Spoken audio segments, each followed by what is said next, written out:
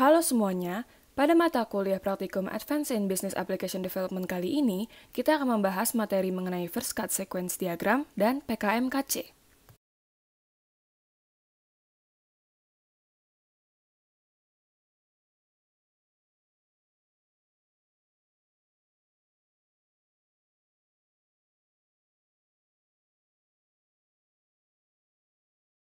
PKM atau Program Kreativitas Mahasiswa merupakan salah satu upaya yang dilakukan Ditlit.Dapmas atau Direktorat Penelitian dan Pengabdian kepada Masyarakat Ditjen Dikti untuk meningkatkan mutu peserta didik perguruan tinggi agar kelak dapat menjadi anggota masyarakat yang memiliki kemampuan akademis dan atau profesional yang dapat menerapkan, mengembangkan, dan menyebarluaskan ilmu pengetahuan, teknologi, dan atau kesenian serta memperkaya budaya nasional.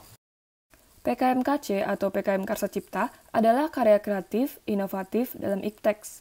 PKMKC merupakan program penciptaan yang didasari atas karsa dan nalar mahasiswa bersifat konstruktif serta menghasilkan suatu sistem, desain, model atau barang, atau prototipe, dan sejenisnya. Dana yang diperbolehkan untuk masing-masing PKM adalah Rp5.000.000 hingga Rp12.500.000. Berikut adalah format penulisan laporan PKMKC secara umum. Pertama, terdapat halaman kulit muka. Selanjutnya, terdapat halaman pengesahan PKM Karsa Cipta. Lalu, terdapat daftar isi. PKMKC memiliki 4 bab. Yang pertama, bab 1, pendahuluan, lalu bab 2, tinjauan pustaka, bab 3, tahap pelaksanaan, dan bab 4, biaya dan jadwal kegiatan. Dan terakhir, terdapat daftar pustaka. Terdapat 5 lampiran yang harus dilampirkan di PKMKC. Yang pertama adalah biodata ketua, anggota, dan dosen pembimbing. Lampiran kedua berisi justifikasi anggaran kegiatan. Lampiran ketiga adalah susunan organisasi tim, pelaksana, dan pembagian tugas. Lampiran keempat adalah surat pernyataan ketua pelaksana. Dan lampiran kelima adalah gambaran teknologi yang akan diterap kembangkan. Laporan ditulis menggunakan bahasa Indonesia. Format font yang digunakan adalah Times New Roman dengan ukuran 12 dan spasi 1,15. Ukuran kertas yang digunakan adalah A4. Jumlah halaman maksimum adalah 10 lembar. Tidak termasuk halaman dari halaman kulit muka, halaman pengesahan, daftar isi, daftar gambar, dan lampiran biodata ketua dan anggota. Berikut adalah beberapa informasi penting yang harus diperhatikan. Dikarenakan situasi saat ini, PKMKC, khusus di semester genap 2020, tidak perlu ditandatangani sama sekali. Jika dosen pendamping belum memiliki NIDN, silakan cantumkan kode dosen yang bersangkutan. Halaman surat pernyataan ketua pelaksana dicetak di kertas polos tanpa kop surat. Berikut adalah penjelasan setiap isi bab yang ada di PKMKC. 1. Tanggal pada PKMKC tahun 2020 ini, semua isian tanggal yang digunakan adalah 5 September 2020. 2. Di halaman judul, angkatan adalah tahun masuk mahasiswa di Universitas Bina Nusantara.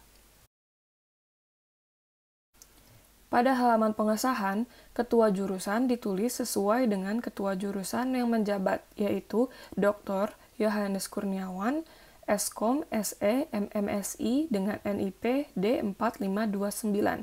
Dosen pendamping diisi sesuai dengan dosen yang mendamping.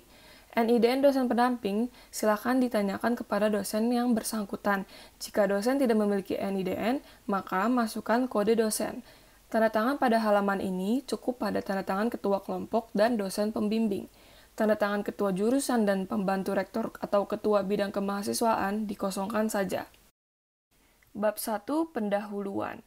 Pada bagian ini, uraikan proses dalam mengidentifikasi masalah yang akan dicari solusinya yang merujuk pada berbagai sumber pustaka.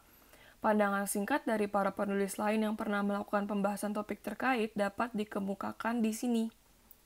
Uraikan pula kondisi dan potensi wilayah dari segi fisik, sosial, ekonomi, maupun lingkungan yang relevan dengan kegiatan yang dilakukan. Uraikan secara singkat pada bagaimana karsa cipta yang ditawarkan mampu memberikan nilai atau manfaat jangka panjang kepada pihak sasaran.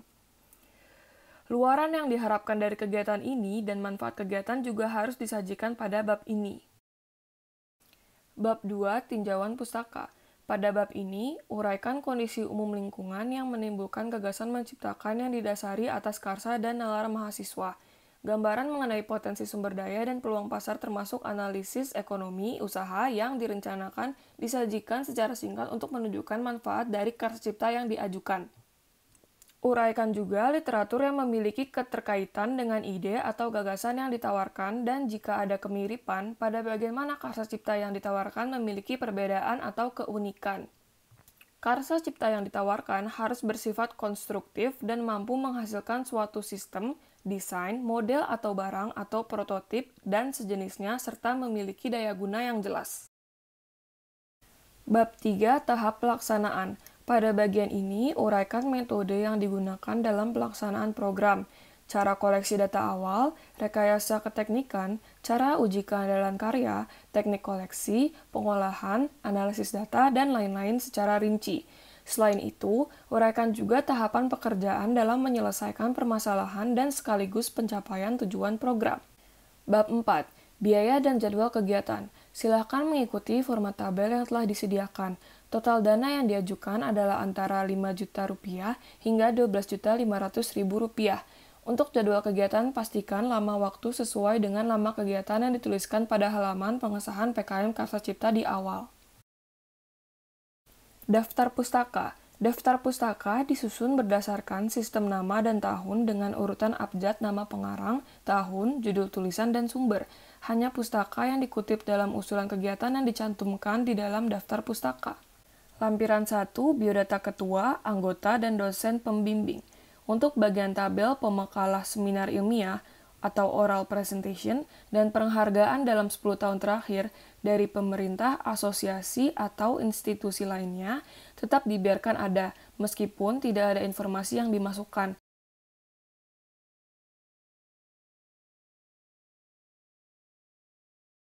Lampiran 2, justifikasi anggaran kegiatan. Ikuti format tabel yang telah diberikan dan sesuai dengan dana yang tertera di bab 4, biaya dan jadwal kegiatan. Untuk lampiran 3 susunan organisasi tim pelaksana dan pembagian tugas, ikuti format tabel yang telah diberikan. Lampiran 4 surat pernyataan ketua pelaksana. Ikuti format yang ada. Pastikan tahun anggaran adalah 2020. Dicetak di kertas polos dan tanpa materai. Tanda tangan cukup pada bagian ketua kelompok saja. Tanda tangan pembantu rektor atau ketua bidang kemahasiswaan dikosongkan saja. Lampiran 5, gambaran teknologi yang akan diterap kembangkan.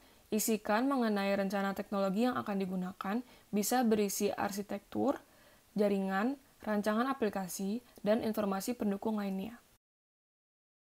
Untuk template PKMKC terbaru dapat di-download di website sis.binus.ac.id.